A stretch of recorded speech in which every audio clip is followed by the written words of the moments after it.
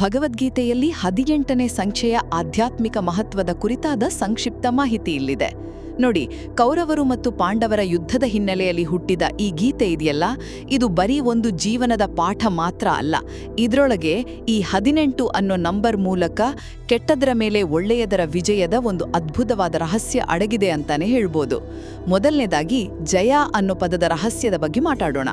ಸಂಸ್ಕೃತದ ಅಕ್ಷರ ವಿಜ್ಞಾನದ ಪ್ರಕಾರ ಜ ಅಂದ್ರೆ 8 ಮತ್ತೆ ಯಾ ಅಂದ್ರೆ 1. ಇದನ್ನ ಉಲ್ಟಾ ಓದಿದಾಗೇನಾಗುತ್ತೆ?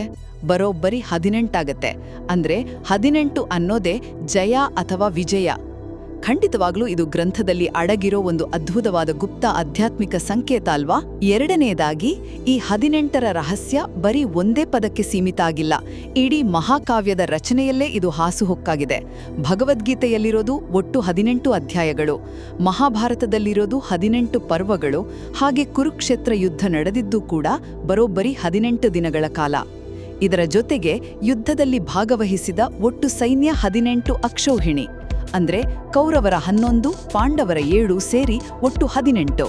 ಸೊ ಇದು ಕೇವಲ ಕಾಕತಾಳೀಯನೋ ಅಥವಾ ದೈವಿಕ ವಾಸ್ತುಶಿಲ್ಪನೋ? ನೀವೇ ಯೋಚನೆ ಮಾಡಿ.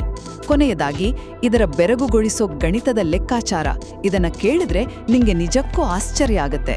ಒಂದು ಅಕ್ಷೌಹಿಣಿ ಸೈನ್ಯದಲ್ಲಿರೋ ಆನೆಗಳು, ರಥಗಳು, ಕುದುರೆಗಳು ಮತ್ತು ಸೈನಿಕರ ಸಂಖ್ಯೆಗಳನ್ನ ಬಿಡಿಸಿ ಕೂಡಿಸಿದ್ರೆ ಬರೋ ಉತ್ತರ 18.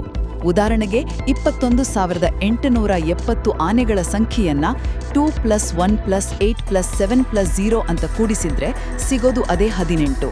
ಅಷ್ಟೇ ಅಲ್ಲ, ದುರ್ಯೋಧನ ಹೆಸರಿಸಿದ 18 ವೀರರು, ಮೊಳಗಿದ 18 ಶಂಖಗಳು, ಇವೆಲ್ಲವೂ ಇದೇ ಗಣಿತದ ನಿಖರತೆಯನ್ನ ತೋರಿಸ್ತವೆ. ಎಂಥ ಅದ್ಭುತ ಅಲ್ವಾ?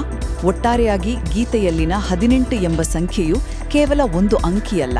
ಅದು ನಮ್ಮೊಳಗಿನ ಆಂತರಿಕ ಸಂಘರ್ಷದಲ್ಲಿ ಅಂತಿಮವಾಗಿ ಧರ್ಮಕ್ಕೆ ಜಯ ಸಿಗುತ್ತದೆ ಎಂದು ಸಾರುವ ದೈವಿಕ ಸಂಕೇತವಾಗಿದೆ.